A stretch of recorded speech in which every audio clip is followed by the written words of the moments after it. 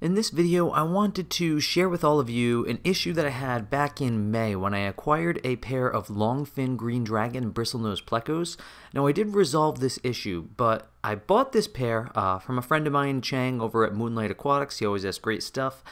He sold me this pair of subadult long-fin green dragons that he believes are unrelated, and the female that came in was actually a bit larger than the male. He said that neither had spawned yet, but the female was about 3.5 inches, I believe, and the male was somewhere around 2.75 inches, maybe 3 inches, so she had a little bit of size on him. Now, normally, folks who have worked with Bristlenose Plecos know that it's best to keep them in pairs, maybe a trio with one male and two females. They're not really a colony breeder. Like some other Pleco species, the males just don't get along. They're too territorial. You won't get enough breeding action if you have more than one male. So I just had this pair, and I was going to put them in a 20-gallon long. That's about the standard size that I put one pair of Bristlenose Plecos in. So I dropped the two of them into a 20-gallon long tank, and this is the result right here. I took all this footage back in May, and I just haven't gotten around to making a video on it till now. But 5 minutes into being together, they are fighting nonstop, and it's weird. They're fighting like two males when she's definitely a female. She almost looks a little gravid. She has not a single bristle, and he definitely has the bristle pattern of a male. And they're fighting nonstop, and they're fighting like two males would fight, and the female actually seems like the aggressor. She's got some size on him, so she's winning the fight too. Not only is she chasing him around the tank, she won't let him stay on the bottom of the tank with her, but she's constantly chasing him around the tank, winning these fights, and she's damaging his fins. And for the first day or two, I kind of just was thinking that it would subside. Maybe they didn't live together before. They're kind of working out their territories and how they're going to live together. But this ended up continuing for a week or two.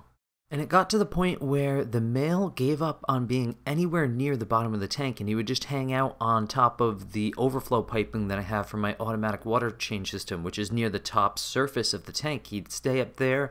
His fins were all torn up from all the constant fighting, and he wasn't really gaining any weight at all, or he looked a little bit skinny, and that was because he wasn't getting any food. The food sinks to the bottom of the aquarium. That's how you feed plecos. They're bottom feeders, and he wasn't getting any of that food because anytime he tried to venture anywhere near it, she would, beat the crap out of him and send him back up there. This was a really weird situation for me because I've bred bristlenose. I've worked with all sorts of different varieties of bristlenose and different pairings, trios, too many males, too many females. I had never had a situation where a female was this aggressive to the point where she, in all likelihood, would have ended up killing him if I didn't intervene.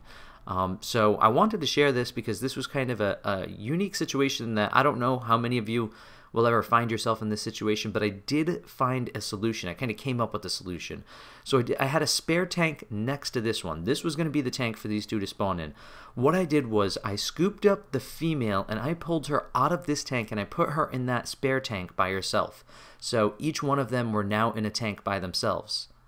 And once I did that, I made some dramatic changes to their feeding schedule. I started feeding the male a lot, like heavily. I fed him twice a day, big feedings, a lot of water changes to get rid of the uneaten food that he didn't get to, always had new food in front of him. And I scaled back the female's feeding, which would have been typically every day, to now 2 to 3 times a week, kind of every other day. Sometimes I'd even skip 2 days. I was feeding her very light, and I was feeding the male very heavy. And what I was trying to do is bulk up the male to get him to her size.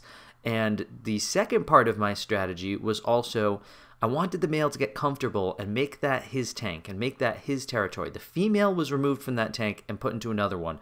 And at the end of this trial period, I had planned to take the female and insert her back into the tank now that the male had, a good amount of time to assert his dominance, maybe start using the cave a bit.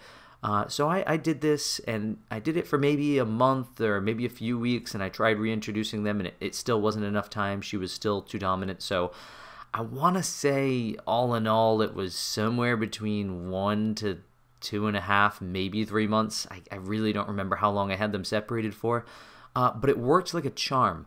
The male put on some weight, he put on some size, his fins healed up, he gained some confidence in his territory. Meanwhile, the female didn't really grow because I was kind of feeding her very light, and I reintroduced her to the tank. And they did fight, they definitely did fight immediately, but he came out on top. He came out as the dominant one in the tank. And he took on that role in the right way, as, you know, a male bristlenose should. He didn't, you know, chase her to the top of the tank. He let her kind of stay within his general vicinity. He let her get food. So then everything worked out from there. And they even got on practically a monthly spawning schedule. And, you know, happily ever after. Everything has worked out since then, and they're still spawning for me to this day. No issues at all.